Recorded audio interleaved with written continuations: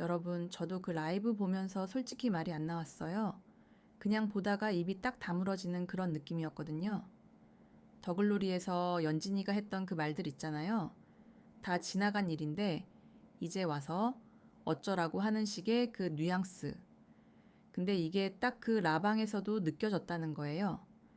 처음에 이 소식 들었을 때 설마 하는 마음이 있었는데 역시나였더라고요. 솔직히 저는요, 사과라는 게 그렇게 어려운 건 줄 몰랐어요. 진심으로 미안하면 그냥 나오는 거잖아요. 근데 그 라방 보면서 제가 내내 느꼈던 건 이게 사과인지 변명인지 모르겠다는 거였고요. 저뿐만 아니라 보신 분들 다 그 느낌 받으셨을 것 같아요. 순자한테 미안한 게 아니라 본인이 억울해서 우는 거구나 싶었던 그 장면들. 너무 공감이 가서요. 그리고 라방 상철이가 진짜 제일 별로였다는 말도요.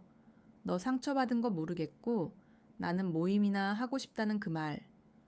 사파에 갔다는 표현이 딱 맞더라고요.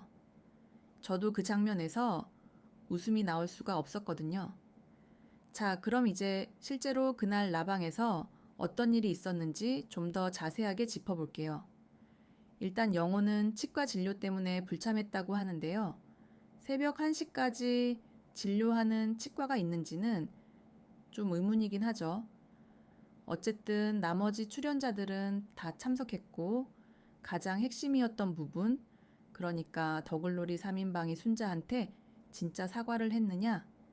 이 부분을 한번 살펴보려고 해요. 결론부터 말씀드리면 가해자는 절대 사과하지 않는다는 말이 또 한 번 입증됐습니다. 영숙이 먼저 얘기를 꺼냈는데요. 사과할 사람이 너무 많다고 했어요. 그런데 지금 가장 중요한 건 순자잖아요.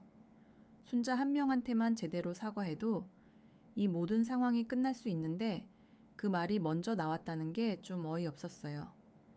그러면서 직접 보고 사과하고 싶었다고 하더라고요. 아침에 유리할 때 도와줄 걸 그랬나? 병원 다녀왔을 때 괜찮냐고 한마디 할 걸 그랬나? 하는 식의 말들을 했는데요. 근데 여기서 중요한 게 있어요. 영숙은 이미 순자가 응급실에 실려갔다는 걸 알고 있었다는 거예요. 그런데 방송 자막에서는 영숙이 그걸 모르는 것처럼 내보냈거든요. 이건 제작진도 해명해야 할 부분이라고 생각해요. 편집을 넘어서서 피해자를 이상한 사람으로 만드는 자막을 내보낸 거니까요. 근데 여기서 더 놀라운 건요. 영숙이 그 얘기를 하는 동안 순자의 표정이 정말 굳어 있었거든요.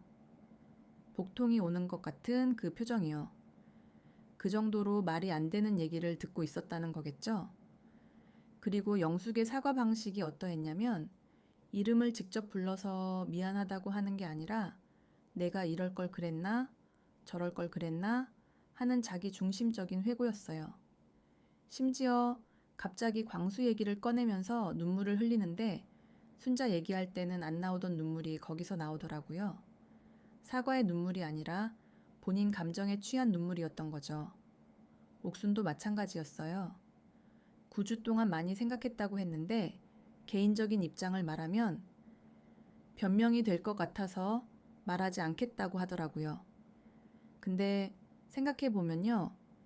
누군가한테 잘못을 했으면 당연히 본인 입장을 얘기해야 하는 거잖아요. 그게 변명이 됐든 사과가 됐든. 그런데 처음부터 그걸 안 하겠다고 선을 그으니까 뭔가 대변인처럼 말하는 느낌이었어요. 시청자들이 불편함을 느꼈다면 앞으로 어떻게 살아갈지 생각하겠다는 말도 했는데 솔직히 말씀드리면 시청자들은 옥순이 어떻게 살아가느냐에는 관심이 없거든요. 관심은 딱 하나, 순자한테 진심으로 사과했느냐는 거죠. 그리고 여기서 순자가 입을 열었는데요. 이게 정말 중요한 부분이에요. 순자는 미리 적어서 왔더라고요. 이 3인방이 어떤 사람들인지 이미 다 파악하고 있었기 때문에 순간 당황해서 할 말을 잊어버릴 수도 있으니까 준비해온 거겠죠. 순자가 꺼낸 얘기 중에 단톡방 이름 얘기가 있었는데요. 여자 출연자들끼리 만든 단톡방 이름이 걸스토크였다고 해요.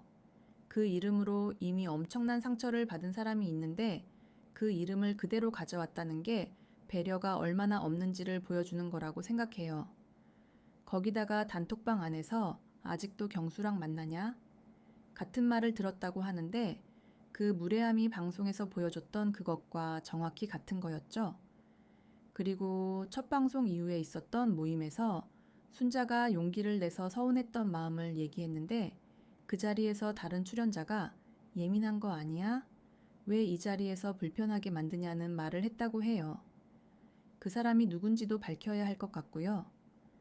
그 이후로 순자는 그 모임에 다시는 나가지 않겠다고 다짐했고 걸스토크 단톡방도 나오게 된 거래요. 가장 기가 막혔던 건 영숙이 보낸 카톡 내용이었어요. 논란이 커지고 나서야 연락이 왔는데 그 내용이 사과가 아니라 멘탈 괜찮아? 였다는 거예요. 그리고 옥수는 언니가 오해한 것 같다는 말로 첫 카톡을 시작했대요. 오해. 미안해가 아니라 오해. 사태가 커지니까 이제서야 연락이 오는데 진정성이 있겠어요? 순자는 알림만 확인하고 읽지 않았다고 했어요. 카톡으로 사과할 타이밍은 이미 지났다는 걸 알았기 때문이겠죠. 그리고 이 모든 상황 뒤에 그나마 다행인 소식이 있었는데요. 순자와 경수가 형커라는 거 확인됐어요. 그리고 옥수는 방송 끝나고 얼마 지나지 않아 헤어진 것으로 전해졌고요. 또 한 가지 새로운 이슈가 생겼는데요. 순자의 인스타그램에 공식 입장문이 올라왔어요. 온라인 커뮤니티에서 유포되는 본인에 관한 내용들이 전혀 사실이 아닌 허위 사실이자 거짓 선동이라고 밝혔고요. 경찰서에 방문하거나 조사받은 적이 없으며 은행나무 출판사에서 타인을 괴롭히거나 퇴사를 압박한 사실도 없다고 분명히 했어요.